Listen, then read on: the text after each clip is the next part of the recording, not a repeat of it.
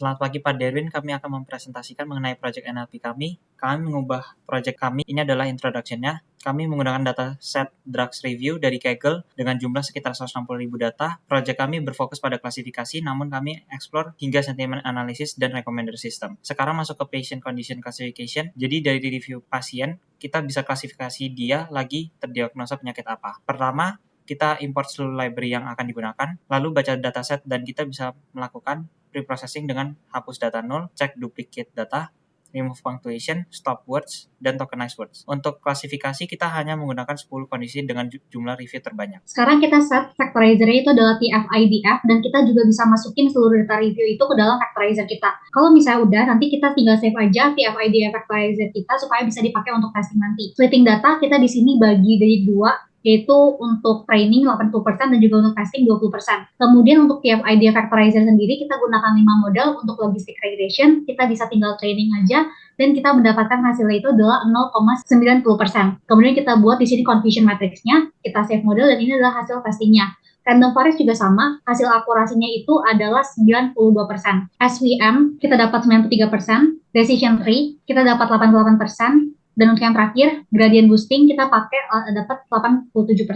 Kemudian di sini kita juga ganti factorizer. Kita mau coba menentukan factorizer mana yang terbaik, apakah TF-IDF atau convectorizer. Jadi kita tinggal pakai 5 model yang sama dan prosesnya juga masih sama seperti tadi. Jadi datanya seluruh akurasi bisa dilihat di tabel berikut. Nah, jadi ini kita tinggal testing aja. Kita bisa load model yang udah kita training dan juga TF-IDF-nya. Harusnya dari kata-kata review ini outputnya adalah anxiety. Nah, terbukti benar outputnya anxiety. Kemudian untuk model deep learning sendiri kita pakai BERT. Di sini preprocessingnya masih sama, cuman bedanya kita tinggal retrieve the feature, terus habis itu kita tinggal encoding labelnya aja, bikin tokenizer untuk tokenize setiap kata-kata, dan di sini kita bisa tokenize setiap wordnya. Lalu untuk splitting data juga masih sama seperti tadi, dan untuk batch samplingnya di sini kita buat juga, dan kita bisa inisialisasi model di awal untuk proses training kita. Dan nanti outputnya kayak gini, kita bisa set optimizer, epochs, dan lainnya yang berkaitan dengan proses training, dan lakuin training, dan kurang lebih itu estimasinya sekitar 30 menitan untuk proses BERT ini. Lalu kita tinggal save modelnya aja, dan untuk testing sendiri, kita di sini bisa predik akurasi itu adalah 93%. Dan untuk grafnya sendiri divisualisasikan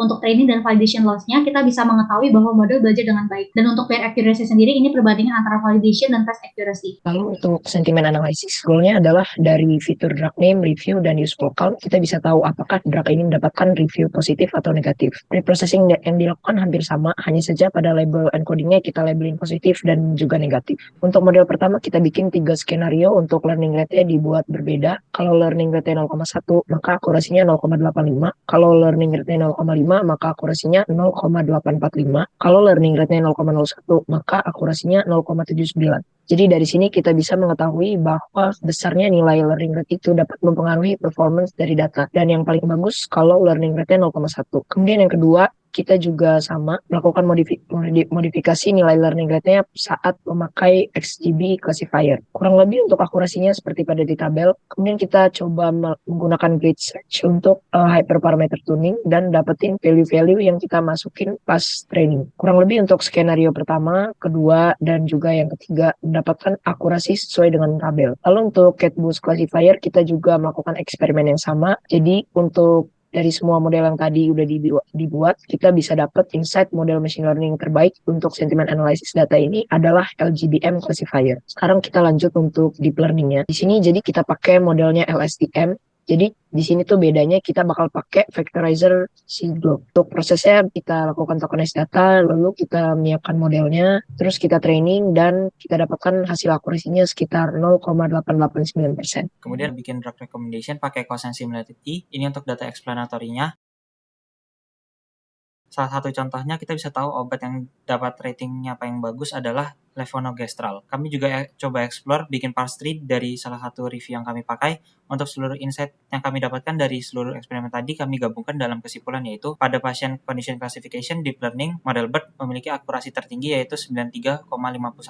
Untuk model machine learningnya DSVM di 92% dan GLOVE adalah factorizer terbaiknya. Untuk drug review sentiment deep learningnya model LSTM memiliki akurasi tertinggi yaitu 88,9%. Untuk di model machine learningnya ada LGBM classifier di 86,46%. Hasil deep learning akurasinya akan terbukti lebih tinggi daripada machine learning. Ini adalah rangkuman seluruh model optimizer, vectorizer yang kita sudah pakai. Sekian dari presentasi Project NLP kami. Terima kasih.